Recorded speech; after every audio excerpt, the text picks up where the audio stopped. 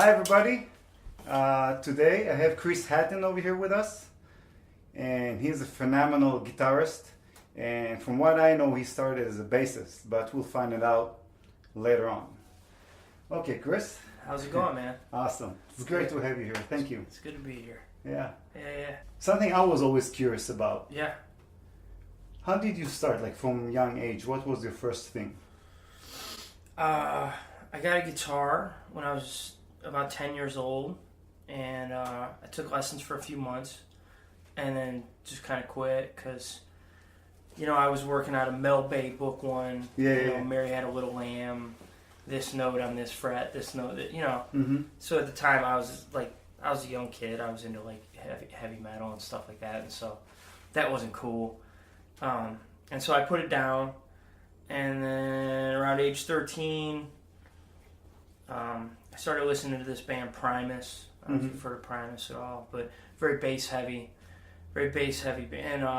And I liked that, and I was like, I want to play bass. That guy's really cool, and I want to play bass. So my folks rented me a bass. That was it. From 13 on, I was just obsessed. After that, there was nothing else except playing. Okay. So you just stuck to the bass mainly afterwards? I played bass, and then eventually I think I pulled out that old guitar that I had from when I started playing guitar, because they're similar fingering and stuff. And then I think my sister got just a little Casio keyboard for Christmas one year, so I started messing with that thing. Right. Basically anything that was music, I started playing it. When I was 16, my parents, or my friend's parents, bought a drum set for him. Mm-hmm. And every time I went over there, I was playing it. Like, he never even played the drum set. I played the drum set, Yeah. And so I found out I liked drums too. Started playing that, and just, I just liked music. I just liked playing, And it came to me kind of easily, at least just the initial stuff, Obviously, after that, you practice a lot and you work, but just the physical part of playing came kind of easy. So, okay. Yeah. Since you talked about different style and stuff, it's going to sound as a weird question in a way, but what is your favorite style of fingering? That's a weird question. I don't know what you mean. What do you mean by that? You have to clarify. Okay, so I know there's like finger picking. Yeah, finger picking. And is there like a different, like between all the different styles? Yeah. So I know like flamenco is different than regular acoustic, or if you're playing like a Western style, like Southern. Okay. That's also different style of finger picking. So I see what you're saying. Most of my formal training was on bass. So I ended up, I was playing a lot of that translated well to playing some finger style stuff. I can't play flamenco. That stuff's ridiculous. That's hard. Yeah, man. that's crazy. That's hours and hours, jillions of hours working on that right hand. Yeah. So I don't know, man. I like playing finger style sometimes. Just picking. Mm-hmm. I don't think my style is like formal or anything. It's just kind of, I just try to, get out what I want to have, whatever by any means necessary. Whatever feels right. Yeah. Just get the sound out that I need. Right. So whether it's this, or you got like, or just a pick, whether it's finger style. The bass playing helped me just kind of move into being able to play some like finger style stuff, because I was just using all this stuff all the time, and so that translated well to the guitar. I don't know if I have a favorite. I don't think I have a favorite. Okay. It's just like... It depends on the song and the mood at the moment. Yeah, totally. Yeah. Between playing acoustic guitar and playing a bass, how big of a difference is it? Well, it's a big difference. You have a different amount of strings on it. Different amount of strings. Right. You have like 4 on the bass? 4 on the bass. I grew up playing a 5-string bass because... Like I said, I was really into that band Primus, and that guy always played a 6-string bass. Okay. But I couldn't find a 4 to 6-string bass when I was younger, so I ended up getting a 5, and it worked. So I played 5-string most of my life, which is weird because the lower strings, it's bigger and it's a B. Okay. But B is actually a good sound. Yeah, it's a good low note, man. It's a good low note. So I think it's very good for smooth, slow songs. Something like Shai can fit in there. Like, she's the best. Yeah, she's awesome. She's the best. Yeah, I like how you describe her.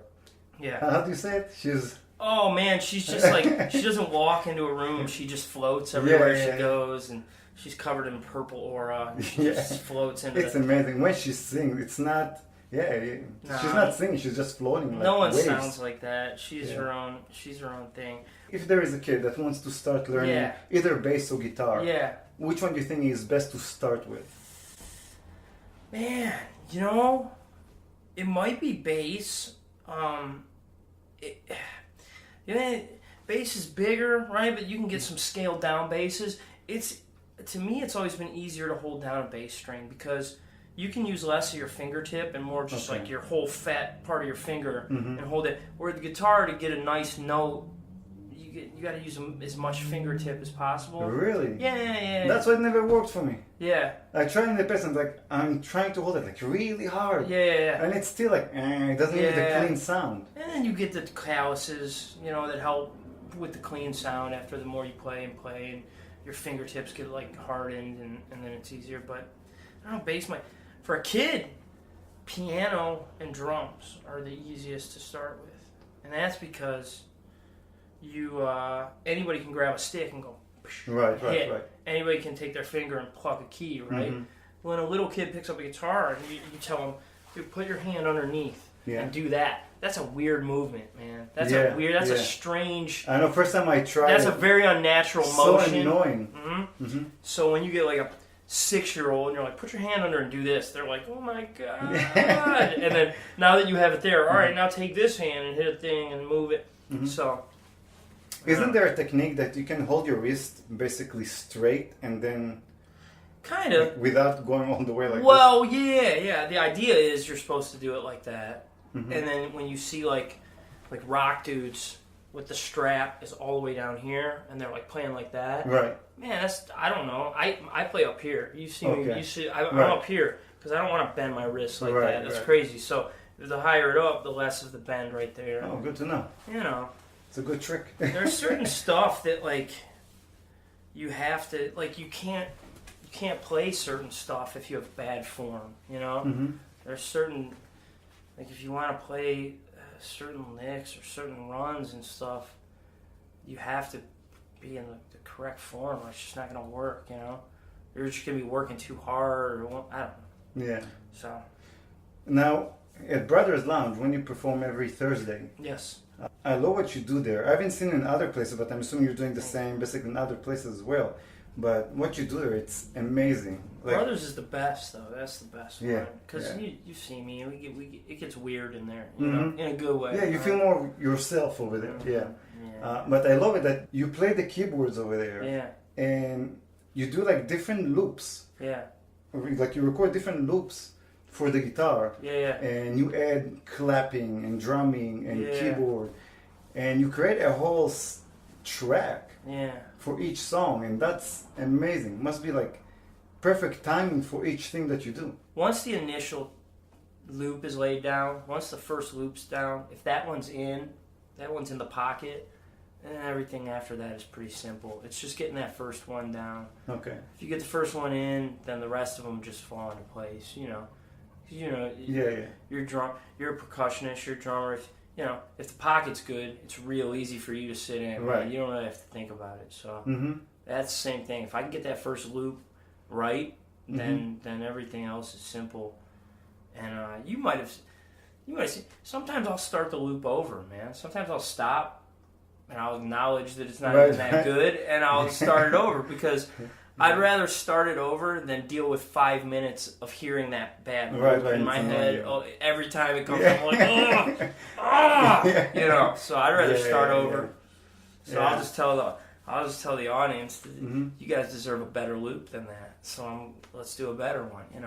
It takes an extra 15, 20 seconds, but no one really cares. Worth it. They're drinking. And you know what? They're partying. From what I see, many people in the audience. Yeah. They're really enjoying seeing how you put everything together. Yeah, I think that works out well. That's my shtick, man. I think people dig that. People like to guess what song I'm gonna play. Right. Hear a drum beat. Oh, I think it's this song. Now, when I teach how to play hand drums and stuff like that, one of the first things I'm telling them is that, at least from my perspective, you need to know how to listen to a song, not just play. Yeah. If you know how to listen, then you can fit with anyone, anywhere, at any time. And music is about teamwork and conversation. Yeah. Oh, yeah. So one of the things is, I always tell them, if you're getting lost, even in the beginning, the first thing you need to pay attention to is the bass. Yeah. If you know where the kick is going, then you're starting to understand the pocket. Yeah, I would agree with that, 100%, yeah. Do you ever teach students? Knowledge of rhythm is the most important thing, no matter what instrument you're playing.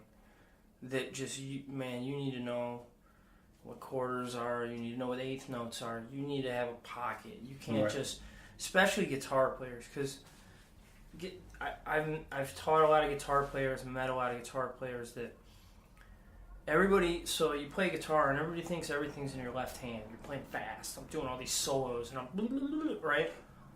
It's this, man. This is your right. You watch a good guitar player, their right hand doesn't stop. Even when they're not playing notes, that metronome motion is happening and it keeps them in a pocket, you know? And you'll have young students and they'll do these weird motions. There's a pause in the riff or a pause in the strumming. They'll pause their arm, and then come back down, and all of a sudden they're strumming up on down beats and down on up beats, and everything's all messed up. And they lose the, you know. So I teach them rhythm, man. You gotta play rhythm. You gotta practice with a metronome sometimes. It doesn't have to be all the time, but you gotta know what it is. You gotta be able to play on a click. You have to, because if you ever are trying to do anything, you're going to go to a studio or something in your life, if you're ever in a band, and they're going to go, here's a click track, play to this. Yeah. And if you've never done it, it'll be weird, because it's weird. Even when you're just playing and you're not, you know, there's no click or there's no metronome, you're speeding up and slowing down. Even if it's a couple beats a minute faster or slower, you're a human being, right? So it's like, if there's points where you're doing that and you don't even know, and you're speeding up and slowing down a lot, you might not even know you're doing that. It might feel like you're right, you know. Yeah. So rhythm. It's the most. It's kind of like everything. Right. I would tell students, like, you know, it's like music without rhythm is throw a piano down the steps. That's no rhythm, right? Exactly. What good is that? Sounds like shit, you know. Yeah, it's just, so you gotta have a pocket. It's the most important thing. Yeah, you know, when I perform with you, or any other musicians, but especially when it's acoustic and it's just me and a guitarist, many times I'm looking at you and I'm watching that hand of the rhythm. Yeah, see? And it also gives me an indication of when you're about to stop. That's when I know, even I've never heard the song before, cool. I can see like where you're going with it. Yeah. Is there a song you feel like playing? I'll play a song if you'd like me to play a song. This song's not even recorded yet. Like I was gonna do a full band version of this where I'm, you know, playing all the stuff. Is it your original? Yeah, it's an original song. Okay. It's an original song, and I haven't recorded it yet, but I like it, and so let's play. Okay. Let's play it.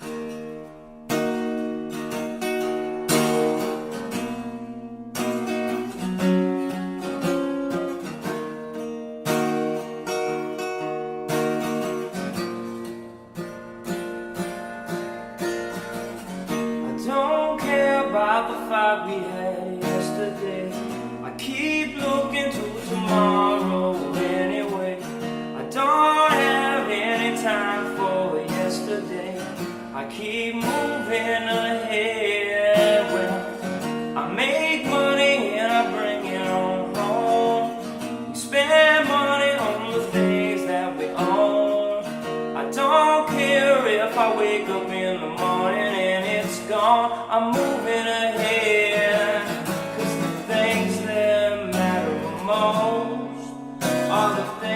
I take for granted, like chasing some Holy Ghost. You don't get a million chances. Sometimes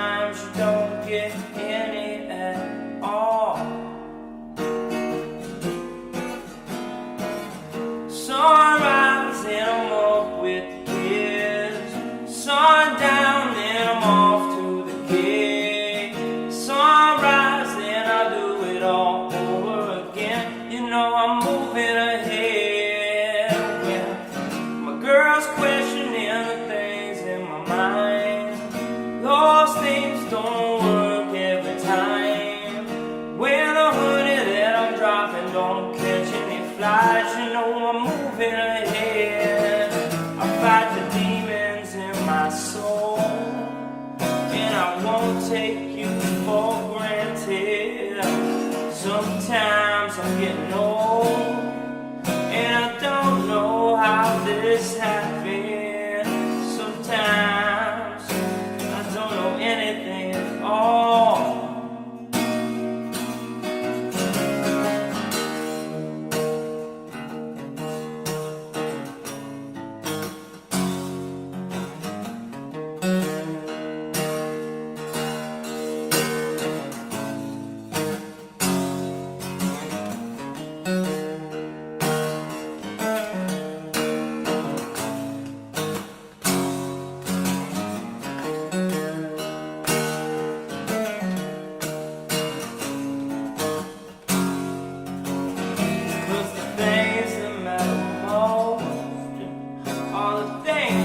Take for granted, like chasing some holy ghost. You don't get a million chances. Sometimes you don't get any at all. Any at all. I won't take you for granted. I won't take you for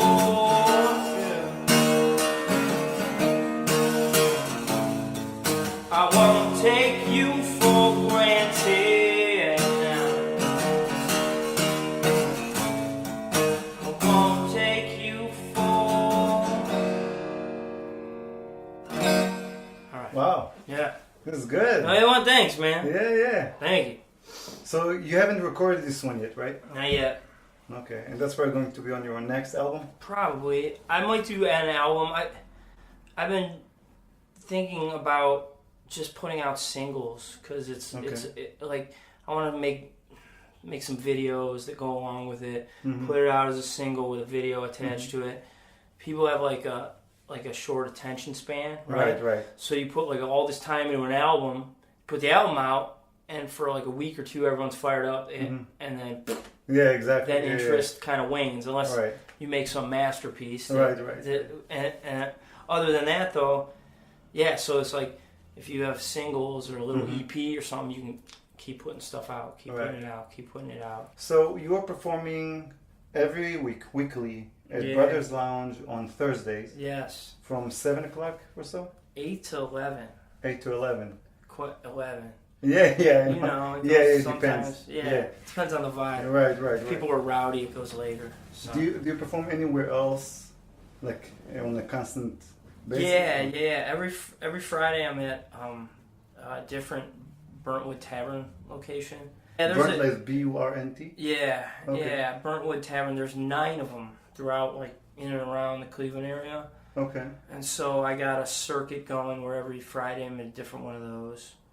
And then those are the regular ones, you know, that are every. So really, I mean, every Thursday and Friday for probably about 5 years now, I've been at Brothers on Thursday and then at Burntwood Tavern on a Friday, you know. And you also do like private shows? Sometimes, yeah, I'll do like private parties. Right. You were called to Florida a few times, right, to do a show? Yeah. No, that was the one time. It was me and Nadine. Remember Nadine? Yeah. Because my friend Betty Jean, you know Betty Jean. Yeah. It was like her in-laws. Her in-laws lived down there, and they were throwing a party. So they, you know, they flew me down to play, and Nadine down to like bartend the party, and just kind of, you know, and it was cool. It was weird. Dude, I remember coming back the next day and you came and played with me because I was so out of whack. Because it was like, I mean, we went down there, played, woke up, and flew back. And I don't think I had ever like flown like that. You know, I had never like flown somewhere just to leave the next day. So I was just completely out of whack when that happened. But I remember. I remember you came up and played, and I remember just going, Shai, I'm all whack. I don't even really know what's going on right now. But you know what? It was still good. Yeah. You know? You persevere. You just... Yeah. You got it in you. You can't, you know? Yeah. It's not something you think about, something you feel. It's part of you. Yeah. So, yeah, I think it doesn't matter what. You always do an amazing job. Thank you, man. Yeah. I try. I practice a lot. And, you know, I mean, I feel like everyone's their own worst critic, right? Mm-hmm. So, you know. Tell me about it. Yeah, at the end of the day, you know, at the end of a gig, I might be like, oh, you know, someone's like, that was great, Mm-hmm. great, and I'm thinking of the couple things I screwed up that night, and just going, all right, I gotta fix those for next Yeah, it's night. funny how we can go that, for like, you know? we can do like 4 hours, 5 hours show. Yeah. Everything is great. Then we had like 2 songs or 1 song that we fucked up for a second. Yeah. And for us, the whole show is crap. It's just like, oh, or you gotta like get back into it. Yeah, Somehow yeah. you gotta erase that and go forward and make it good, you know? That's Okay, so if someone wants to contact you Yeah. for shows and see where you perform and stuff like that, how they can approach you? I email at thechrishatton.com or at thechrishatton@gmail. What the hell am I talking about? No, the Chris Hatton. The Chris Hatton @gmail.com. I like forgot what an email address was for a second. Okay, so the Chris Hatton. Chris Hatton. That's it, at gmail.com. And then I have a website, which is just chrishattonmusic.com also. Cool. Gotta So, keep do you want to updated play with- another song or you want us to go now to the Facebook Live? It's up to you. Because I know you need to go to a show. Yeah. I don't even know what time it is. What's the Facebook Live? What are we going to do there? We're just going to go on Facebook Live, see who can join us. And maybe they have questions for you, Oh. you know. Let's go to Facebook Live. Yeah? Yeah, I've never done a Facebook Live. Okay, let's do this. So now, if you want to watch the Chris Hatton Facebook Live, you can go to my Facebook page and watch it over there. On my next episode, I'm going to have Trenace Tolbert or Telbert? Telbert. I always say this Tolbert. Trenace Talbert. Okay, Telbert. Trenace. yeah. I just go by Trenace. Okay. Yes. Your kids are so tall. That's why probably they say this Tolbert. They're like what, 6'5", 7? 4. They're like, and they keep growing. It's like Right. it's an endless thing. Yeah. I'm going to put the link below so you can go to my Facebook page and watch the live shows I'm doing over there. And that's about it. See you next time.